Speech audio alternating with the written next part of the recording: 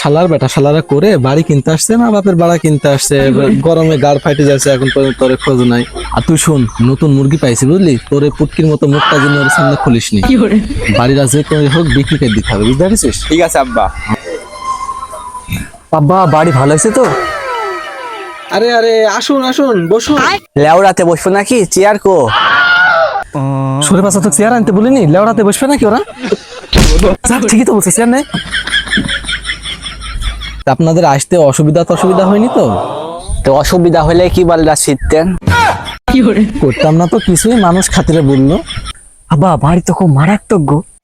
বাড়ি মারাত্মক হবে না? বাড়িকে আপেল কমলা বেদেনা হরলিক্স সব খাওয়াছি। বাড়িকে? হ্যাঁ মিস্ত্রি কে? আব্বা এই ছোড়াটা পাগলা সুদ আছে নাকি? আব্বা ইয়া পাগলা সুদ চলো বাড়ি খেতে আসলো। থামেন থামেন থামেন, আরে আপনারা কিছু বলিনি, আসলে হয়েছে কি আমার এই ছেলে পাগলার, আমি পাগলা সুদা। সরি সরি তোর পুটি ভেদ লরি।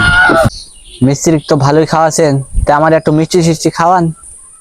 মিষ্টি? তুই খাবার মিষ্টি? শালা মিস্ত্রি রে খাওয়ানি লস হয়ে গেছে, আর এরা খাবে মিষ্টি? মিষ্টি নাই নাই খাওয়ালেন, একটু বাজার থেকে দুধ দই না এসে খাওয়ান।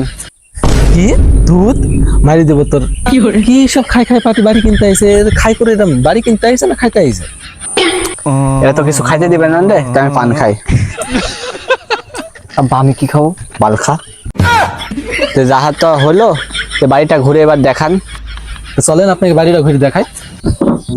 তো ভাই বাড়ি হয়তো ভালোই দেখলাম, দামটা ঠিক করেনি। তাহলে আমার এই ছেলের সাথে ডিসকাসটা করে আসি। আচ্ছা যান। A few moments later.